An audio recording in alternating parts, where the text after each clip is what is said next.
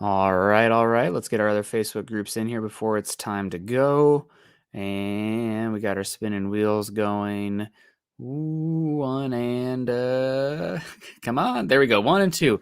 Welcome in, welcome in. It is Monday morning the 6th, and it's time for an episode of Broncos for Breakfast. I am Nick Kendall, and we'll be joined by soon here, Scott Kennedy. I'm only here for about 15 minutes today. Got to get going to a baby appointment, but that's okay. And Scott will take over from here. But yeah, you're at the right place. This is obviously Broncos for Breakfast. I'm Nick Kendall. Let's say hello to some people coming in the chat here as we get going. We got, of course, Michaela Israel, who we met at the meet and greet. Good to see you. Good morning. We got Jeremy Sean saying, do the Bills hurt? Losing hurt or help? I think you could argue both. I think that this the Bills game last night probably doesn't make too much of a difference for the Broncos. I think, if anything, it's going to probably help the Broncos because you had the Bills playing in a very tough and emotional Sunday night football game. Now they're going to turn around. It becomes a little bit more of a do or die game for the Bills, but that was a pretty physical game up front. So I'm hoping that maybe they're feeling a little bit, dings and bruises here before that Monday night game with Denver getting a lot of time off. And after coming off of two pretty good games, so the Broncos are healthy. I'm hoping that the Bills are feeling a little bit beat up. And hello, Scott. Hey, Nick, and hello, everybody. Oh man, I've of the opinion that you probably would have rather had the Bills win this one instead of being desperate at home. Now, if they're a bad team, and let's say this is who could we use as an example? Let's say this is a Jacksonville Jaguars, who's kind of a fledgling team who's just starting to feel their oats a little bit, and they run into some adversity. The doubts start creeping in a little bit more. That's not the Bills for me. The Bills for me are a championship caliber team, and desperation will kick in, and they're going to be awfully dangerous. I think it would have been better if they had gotten that win coming home with they feel like they're in a must-win situation. I think it's going to be a tougher game for the Denver Broncos now. We'll see. I think that the Bills are not great up front right now. Also, it's kind of sad to see, but Von Miller is not the Von Miller he once was. I mean, that was that one play that Joe Burrow had, and I feel like Von Miller of old would have tackled him and not let him escape and get that first down. And Von just doesn't look like the guy anymore. I mean, Father Time's the undefeated champion, but we'll see what happens with that Bills game. I think the Broncos are going to have a chance. Mark McDonald in the house. Saying it all depends on what Broncos team shows up next Monday. Hope it's a good thing, but we shall see. I think at this point, Scott, unlike the Atlanta Falcons, where it feels like I don't really know what they're trying to do we just got done covering the Falcons, hence why I bring it up, folks. I don't really know what they're trying to do offensively. It feels like we know what this Broncos team at this point wants to do. They want to be a very condensed offensive team. They want to play tight. They want to play heavy personnel, a lot of tight ends, a lot of 6 offensive linemen, which we've seen over the last 2 weeks as well. I think the Broncos have played at least 10 snaps a game with the 6 offensive linemen on the field there, which is significant out there with Quinn Bailey. And also they're a team that's been shifting a lot more to cover 2 instead of match quarters out there for the defense. But Broncos kind of know what they want to do, and I think that's a good thing going up against this Bills team who has been pretty weak. Honestly, the Bills defense, this is not your Bills defense of the last few years. This is a very middling defense that seems to be regressing right now. Yeah, their rushing defense coming into the game last night was 20th in the league. And the Broncos rushing offense is up to 12th. So, we knew just based on the personnel, everybody that they went after in the offseason, with the possible exception of Marvin Mims, was to get better running the ball and to get better at stopping the run. And the first part of that has come true. They're getting better running the ball. And I think, Nick, that's only going to get better. I think, if we brought out the EPA or the yards per game, however you want to look at, it's going to continue going up. This offensive line is coming together as a group, as a unit. They're staying healthy.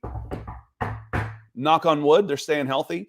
McGlinchey and Powers were as bad as you should ever see them with the Denver Broncos.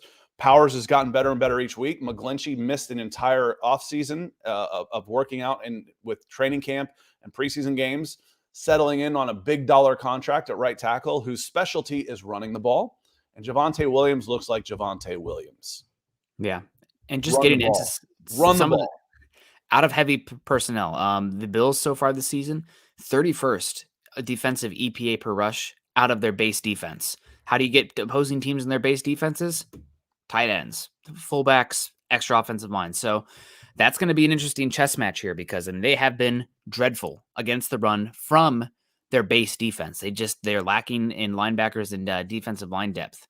Bama X in the house, and good morning. Good to see you, Bama X. Todd's in the house. Good morning. John Yang says, good morning. Bills lost. So now we will be their get right game. Hopefully our guys are tip-top shape from the bye. Can pull off the upset. We'll hope so.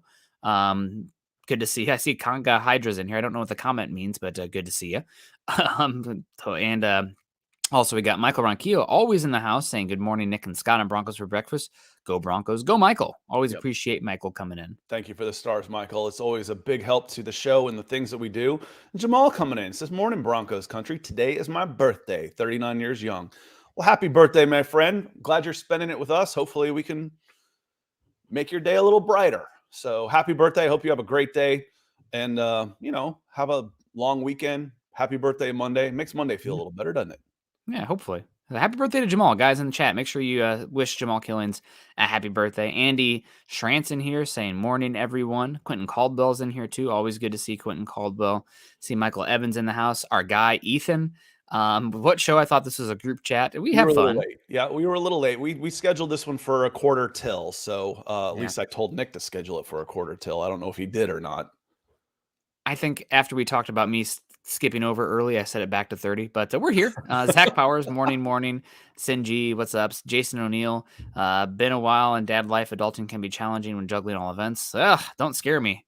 Jason, I got my baby appointment today, so we'll see what's going on. Mark Schrader in the house. Good morning. Scott, Nick, Patrick got your such generous contribution to the Nick Kendall staying awake baby fun / show fun. With the coffee. So thank you so much as Aloha Coffee Brothers. Nothing's easy in the NFL. I already drained mine today, Patrick. Thank you very much.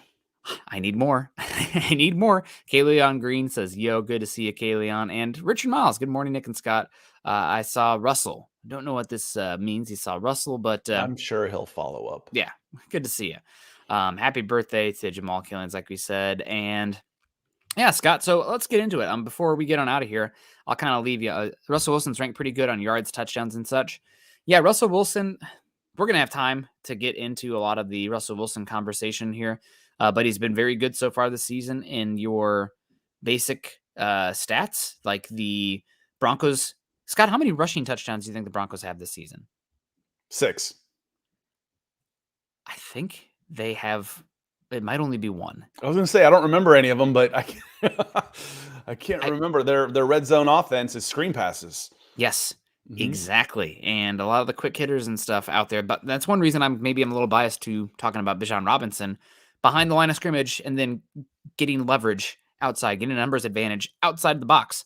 Because that's what the Broncos offense has been. And with that comes a really pretty good looking touchdown to interception ratio for Russell Wilson. I think that it's also a reason that the Broncos EPA per rush looks a lot worse than it is because they're not scoring touchdowns. And you know what causes a massive spike in your EPA, Scott? Scoring touchdowns. So that's something that I'll never know. I'm guessing you said scoring, rushing touchdowns. Scoring gives you a big, just scoring touchdowns. Big spike on that. As it should. What's the name of the game? Yeah. All he does is catch touchdown passes. Yeah. Exactly. So it's kind of a weird situation with the Broncos in that regard. But Wilson's generic stats of the specifically touchdowns have been very good. Broncos have not been a high volume pass game, and his Wilson's EPA, despite the touchdown ratio, I think he's like 20th or about 14th in the NFL, kind of that middle of the pack. He's playing good football right now. I think also in the context of passing offense across the league is down, points are down, red zone offense is down. 25-year lows across the board, and you still have Russell Wilson improving upon last year. I think that is something that, against the grain, opposite the trend. So that is a positive for Russell Wilson and Sean Payton as well. Still not a top 10 without a doubt quarterback, but you're getting some good from him, and I think Sean Payton knows what he's doing with him right now. Yeah, he's got there. McLaughlin has the rushing touchdown. Yep, I think that's the Denver Broncos, which is. Wow. I mean, if you double it and you say you only had 2 rushing touchdowns all year, that'd be crazy. But like you said, you look at Russell Wilson's touchdown to interception ratio at 16-4 is phenomenal. And a lot of those are short yardage plays. At the end of the day, we don't really care. I mean, just get the ball in the end zone. You don't really care. the diversity and balance helps makes you more effective in the long haul as people start adjusting their defenses to what you're trying to do. But I think I counted 8 different receivers with touchdowns. 1, 2, 3, 4, 5, 6, 7, 8. 8 different receivers have touchdown receptions, including Jaleel McLaughlin and Javonte Williams. Yeah. Pretty wild stat for the Broncos on that one, without a doubt. 16 passing touchdowns to just 1 rushing touchdown. That's got to be one of the most dichotomous groups in the NFL. So we'll be curious to see how it normalizes down the stretch. But Scott, I got to be out of here in a little bit. So let's start talking the schedule here for the Broncos. Next game, we're going to predict here the Broncos on the road at the Bills. I think the Broncos are going to end up losing this game. I think it's going to be a close one.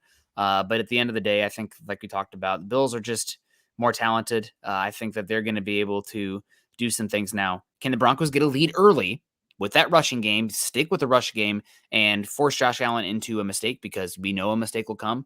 They'll have a chance in that one, but I really want to see them getting off to a hard start. If they can, then they got a chance. Yeah, I mean, we'd be, you can pick with your heart on this and say the Broncos are going to win this game, but logically speaking, they're big underdogs for a reason. The Bills are top to bottom a better team. Denver is playing some good football right now. Their defense is playing really well. What's interesting is the Broncos' strengths on offense match up really well with the Buffalo's weaknesses on defense. Lean into that, protect the ball, have the defense continue to play at a high level that they have been playing at, and you've got a chance. Watching Kansas City strangle the Dolphins' defense for a lot of the game yesterday leads you to think, okay, well, maybe our offense is okay, because we outscored the Miami Dolphins against Kansas City. So that shouldn't be too big of a concern that you struggled against Kansas City's defense. Well, who isn't right now? You were efficient where it mattered in the red zone. There's so many defenses, Nick, where you see, okay, we'll let you go box to box, 20 to 20, and then we're going to bend but don't break and not score it. The Broncos were exactly the opposite. We'll just get the ball on the 20 and we'll just go ahead and punch it in. Those are all good things. You definitely have a chance in this game. But yeah, I'd pick Bills. Yeah. And the Bills have the number 2 offense in football according to EPA per play. So they do get away from the run. I want the Broncos to stay really aggressive and commit to the run in that one, but we'll see how it plays out. I think it's a loss moving forward. And Scott, you can Nick, on the Bills, we've had 2 players that we've called out as having stepped up. McMillan and Fabian Moreau as the corners, slot corner and an outside corner. They're going to get tested more than they've gotten tested all year in this game against the Bills. And honestly, this might sound crazy to say, but because of the diversity of the weapons, I think that the Broncos linebackers and coverage might be as tested as they've been all season too, because right now the Chiefs are so terrible at wide receiver that you can just allocate all your assets to stopping Kelsey. Dalton Kincaid is extremely talented. And when you have Shakir out there, you have Diggs, you have their other wide receiver whose name's escaping me right now. You can't allocate all the resources to stop Dalton Kincaid, who's really emerging there for the Bills at tight end. So it's a tough matchup. The Bills defense, though, is gettable right now. So the Broncos could be another one where you win the turnover battle. You win the red zone advantage there, and you can beat a team like the Bills. We just saw it with Kansas City, another team you should go into against heavy. Buffalo is backed in a corner. They need a win. They do need a win, but there's 7 spots. They're still a good team, so should be interesting. Yeah, Gabe Davis. Thank you guys so much for stating that. Scott, I got to get going, so I'm going to run through my my games here on this one. I have the Broncos. I think they're going to lose 3 more games this season, whatever that would put them at. I think they will lose to the Bills. You got the Vikings game. I think they'll beat the Vikings in that one. Is right now Sunday Night Football, but it's in Denver. I think that Denver should be able to take care of that one. Browns are interesting. That Browns defense is so good, but what does Deshaun Watson look like? Who knows? I think the Broncos are going to end up beating the Browns there. Game that we thought was maybe one of the easier ones to start the season. Now maybe he's one of the tougher ones down the stretches. The next game, Houston Texans going into Houston. I think Denver's going to lose to the Houston CJ Strouds. He's rookie of the year, pretty much all but locked up. He had one of the best games of the year this last week. So I think they lose that one. Continuing there, then it's at Chargers. I'm going to have them beating the Chargers here, losing to the Lions, and then winning out. So that I would have them, 3 losses here? Actually, I think I'll have them losing to the Chargers first, and then splitting with the Chargers. So that'd be 3 losses down the stretch. That'd put them at 9-8 on the season. I think we had them 10-7, 9-8 when we predicted to start the year, Scott, as well. And despite the 1-5 start to the season, you have them get hot and do some things down here. So I think 9-8, 8 to 9 wins, I think right now is where I'd put the Broncos. Well, Nick, I'm going to go into a little bit more depth. I'm going to hang out here, and Please do. we'll go about 30 minutes or so today with our Broncos for breakfast. But Nick's got to go, so Nick, Godspeed. Hope everything goes great. We'll Thanks, guys. see you tomorrow morning on Broncos for breakfast. Sit tight. I'm Sweet. going to hang out here with everybody for a little bit. Peace. All right, it's just me. Jeremy finishes with 9-8. Save the tape. It is just me for the duration, and might be me again tonight with Zach again. We'll have to see if Chad's going to come back. So sorry, I'm not better looking, but appreciate y'all hanging out with me. And I want to get into some of this again, that we're talking about finishing out the schedule and whatnot. And I look at it and it's frustrating. It's like the lost opportunities and why those first two losses hurt so badly. You go on a run, you're talking about 9-8. You're like, man, that 9-8 should have been, could have been, would have been pretty easily 11-6, and then you're in, no doubt. Then those are the type of things we're talking about. Now you've got to pull off a couple upsets. You've done one. You beat the Kansas City Chiefs at home. That was an upset. Now you got to do another. You got to beat the Bills on the road, and if you do that, then we can seriously start talking a playoff run, in my opinion. Want to say hello to Garth Knight coming in with a super chat. Want to take care of the green coming in. Garth says, hey, fellas, wild question here. Would the Falcons in your wildest dreams ever be interested in acquiring Russell Wilson for the system they run? Garth, yes. We will be we've talked about that a lot, actually. If Russell Wilson, there's going to be some really hard questions, and we're not going to get into it today, just me. But financially speaking, with this contract and what the direction of the Denver Broncos want to be based on how they finish the season, there's going to be some tough questions to ask about Russell Wilson's contract.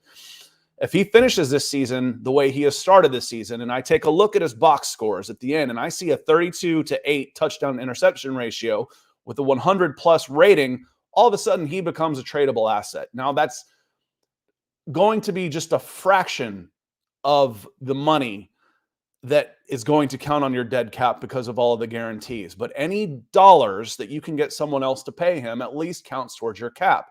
So let's say I can trade him to the Atlanta Falcons for a 5th rounder and they pick up $15 million of salary. That's $15 million of dead cap money that you wouldn't have otherwise had, and you get another pick. If the Atlanta Falcons stick with Arthur Smith into the 2024 season, I don't think they can afford to go with a rookie quarterback. They're going to be in win now mode or else. And if they do that, they're going to want to go after a veteran. That veteran could be somebody like Russell Wilson. That could be somebody like a recovering Kirk Cousins. We'll see. But the Denver Broncos, Russell Wilson playing well gives you better options. The options aren't great with this contract, but at least better options. So, now that we've emerged from the tank 4 with those 2 wins, and the playoffs are actually, they're in the distance, but they're visible. I can see them out there. I can see them with a win. Now, every single game that Russell Wilson plays better gives the Broncos more options. And one of those could be, hey, let's make a run at this thing next year with him. But if I'm forced to move on because of how bad this contract could cripple us over the next 3 years, at least I should be able to get some money. He's turned into a tradable asset again, and not just a, hey, we're going to have to cut bait here. Great question, though. But yes, that could be a team to look after. Gary Palmer comes in. He says, good morning, Nick and Scott. I like our chances with the Bills. This is not the same team that got crushed by the Dolphins. Even so, it's our biggest test. Go Broncos. Yeah, you feel like you've got a chance in this one. The way the Broncos came out of the gate against the Dolphins, you're like, okay, any given Sunday, it's a possibility, but probably not. This one, you feel like, hey, there's a legit chance in this one. And anytime despite the 16-game losing streak, you've been close to the Chiefs so many times in the last 5-6 games that it's like, okay, one of these has to go our way. This is a game against a championship caliber opponent, whether or not they're 5-4 or not. I think everybody feels like if the Buffalo Bills play to their potential, they're as good a team as there is in the league. Unfortunately for Denver, coming off a loss right now, the Bills coming off a loss, and then getting the long week to get ready for Monday Night Football, they're in desperation mode. That scares me a little bit for the Denver Broncos. So it is going to be the biggest test because there's hope again. You can't go out there with a nothing to lose mentality because there is hope again. And the tough thing, like I said, with that start at 3-5, it's like, okay, you win. But if you look at the standings right now, the Broncos, even after 2 wins in a row, are still 15th out of 16 teams in the AFC playoff race because of that slow start, that 1-5 start, and all the tiebreakers working against you. That not only do you have to win, you have to climb over a bunch of teams, and some of those are going to be winning too. It's going to make it really, really difficult. But at the end of the day, if you finish this season 9-8 after a 1-5 start, Broncos country is going to feel pretty damn good. I firmly believe that. Going to feel really good about this. So thank you, Gary, for the support on the show. Let me get back into the schedule again. I gave my opinion on the Buffalo Bills and how I thought about that. Believe it or not, the Minnesota Vikings have won 4 in a row without Justin Jefferson, and he's coming back soon. Your next game, you go at Buffalo and then you host Minnesota at home. That said, Minnesota is not the same team. Despite a 4-game winning streak, they lost Kirk Cousins and they went and beat Atlanta in what is, if you listen to Atlanta Falcons fans right now, they're ready to scorched earth.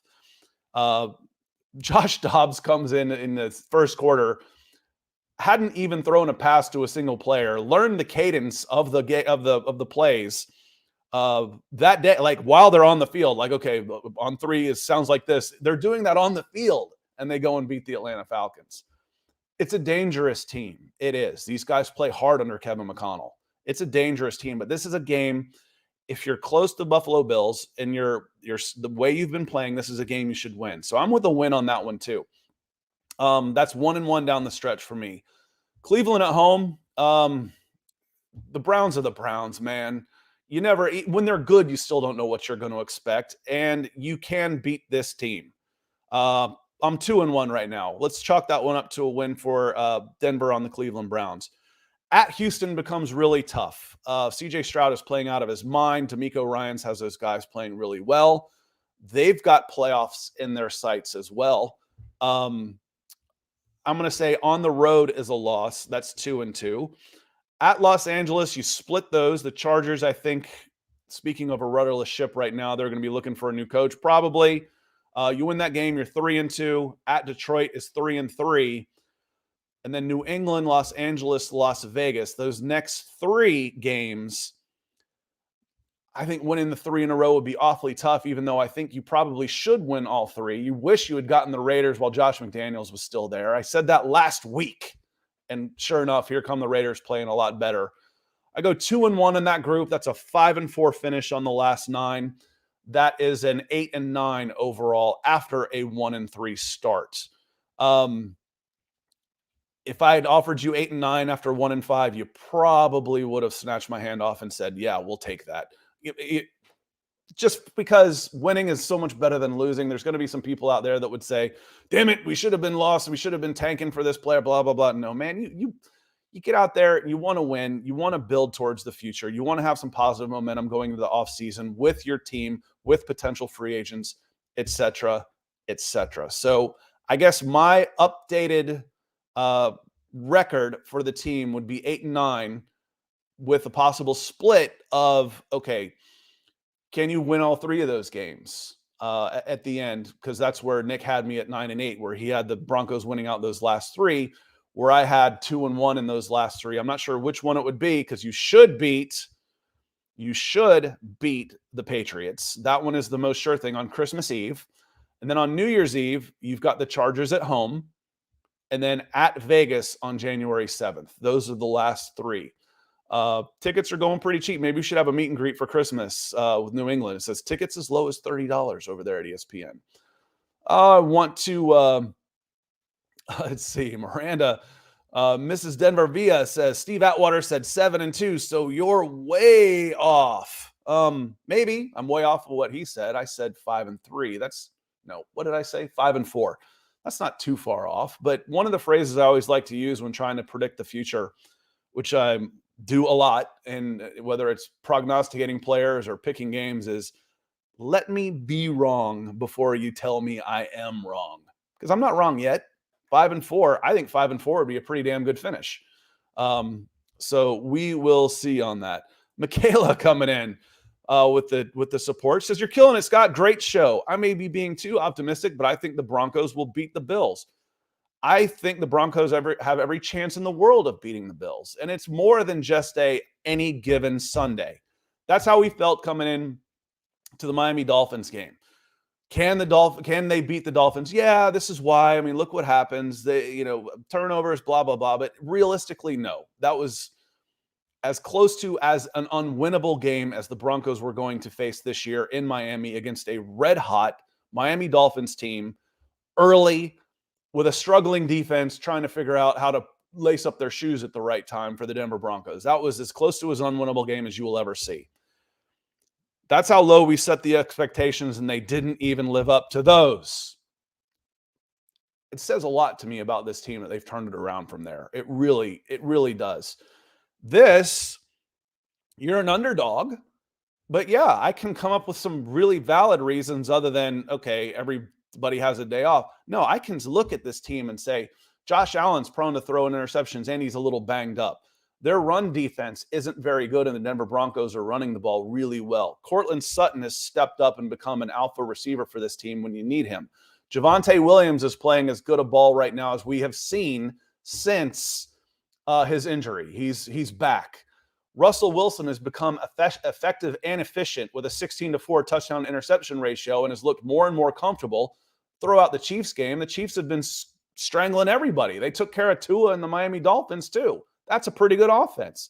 You can be a pretty good offense and struggle against the Kansas City Chiefs. Those are not mutually exclusive. The defense has turned it around, and Justin Simmons credits his coach, Vance Joseph, to just basically saying, guys, look, don't try and do too much. This is what's working. This is what isn't. Stop doing this. It's paid off. You have put the clamps on the Kansas City Chiefs 2 games in a row. You played really well against the Green Bay Packers as well. The defense has turned a corner. There are legitimate reasons why this team can win.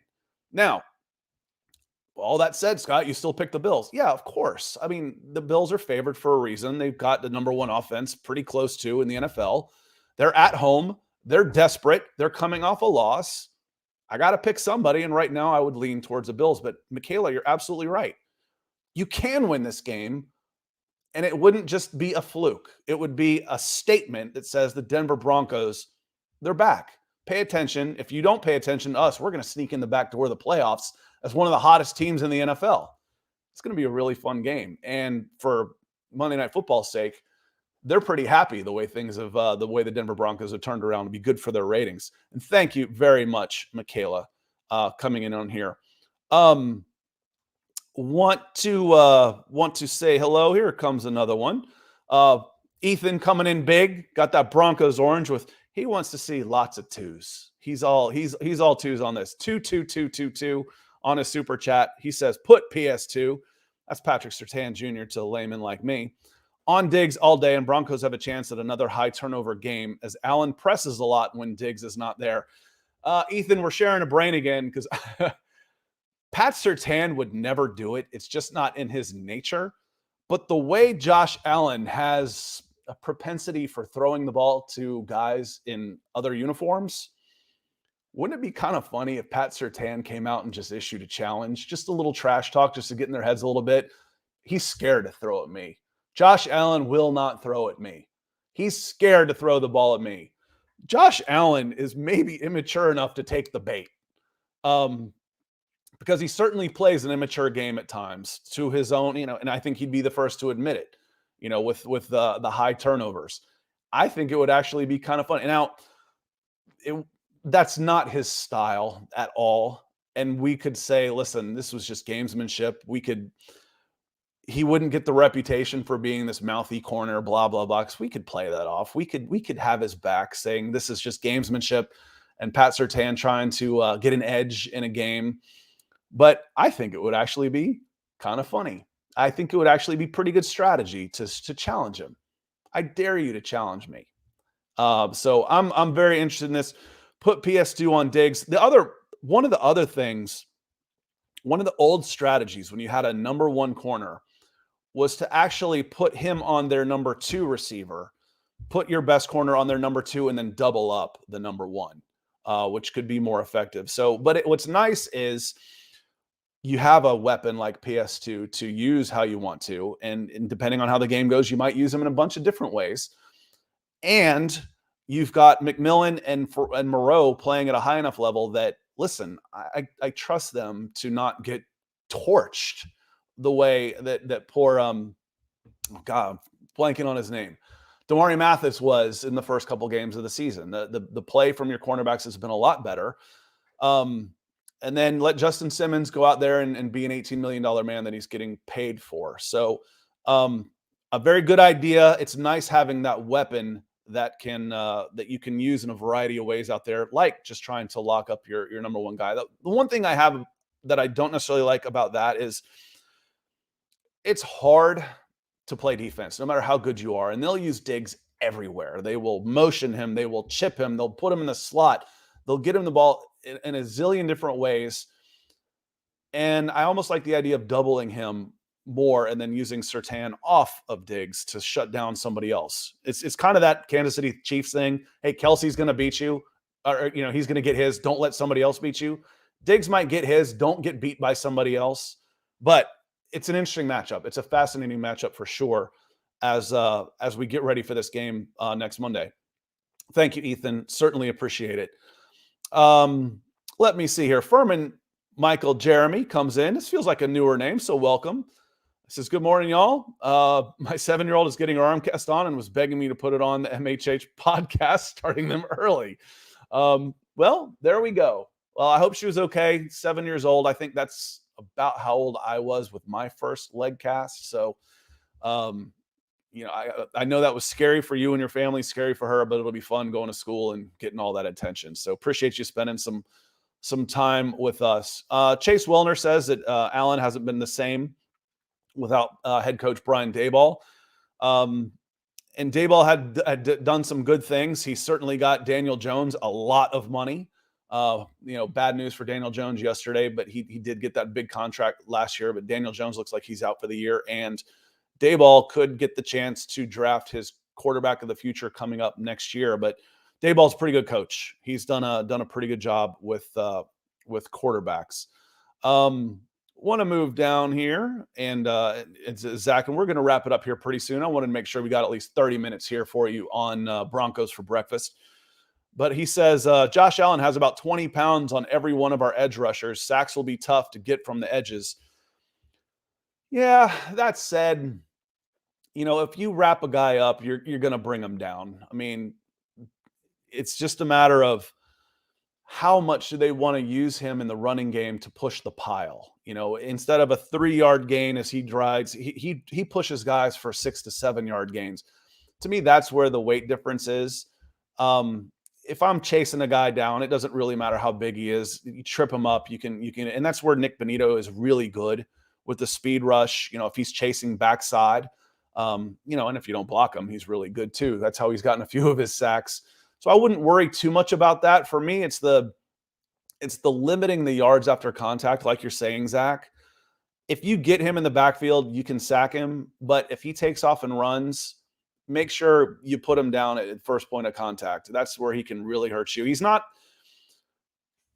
the throw on the run ability, but it's not in the same league as Patrick Mahomes. And that's no knock on Josh Allen, because I don't know that there's too many in NFL history with the same throw on the run ability and creation, throwing the ball that Patrick Mahomes has. And you've done a pretty good job of wrapping him up. So going back to those keys, why can the Denver Broncos win this game?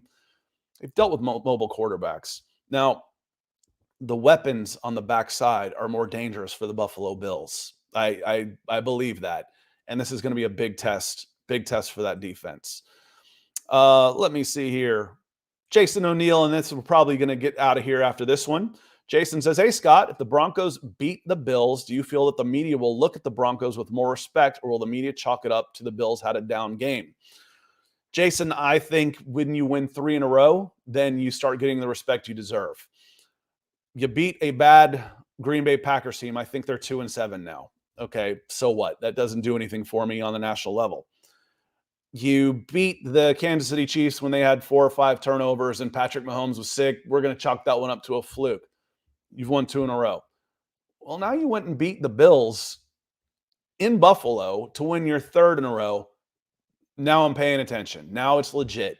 Line from one of my favorite lines from a Goofy movie is like, if you think it's luck, let's do it again. 1, 2, 3, 3 games in a row.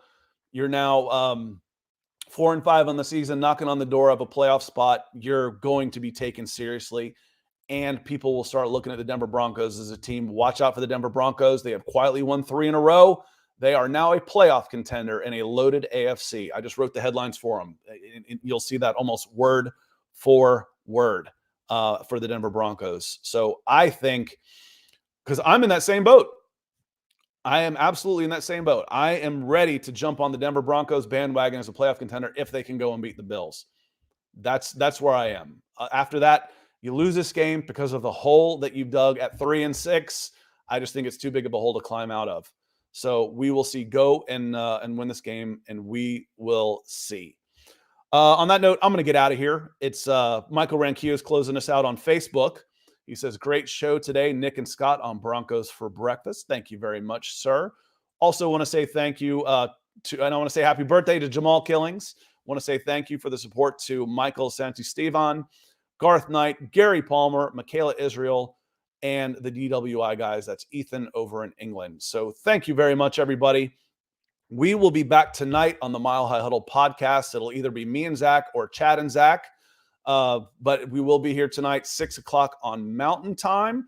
And then Broncos for Breakfast. You'll get the whole hour with Nick tomorrow and me. I'll be there too. But you really want to see Nick since he had to go short today. So we'll be back. On that note, we're out of here. I hope everybody has a great Monday now that it's Bills week. And it feels pretty good to be looking forward to a game with some meaningful games and what this game could mean for the Denver Broncos if they're able to get a win. It's fun. It's a lot more fun than talking about, hey, is this going to be, how high can the Broncos pick and what's it going to take to get the number 1 or 2 pick? This is a lot more fun. So I've had a great time today. Thanks for closing us out on YouTube. The closer, Ethan, coming in. Great show. Take care, everyone. Ethan said it perfectly. Take care, everyone. We'll see you next time.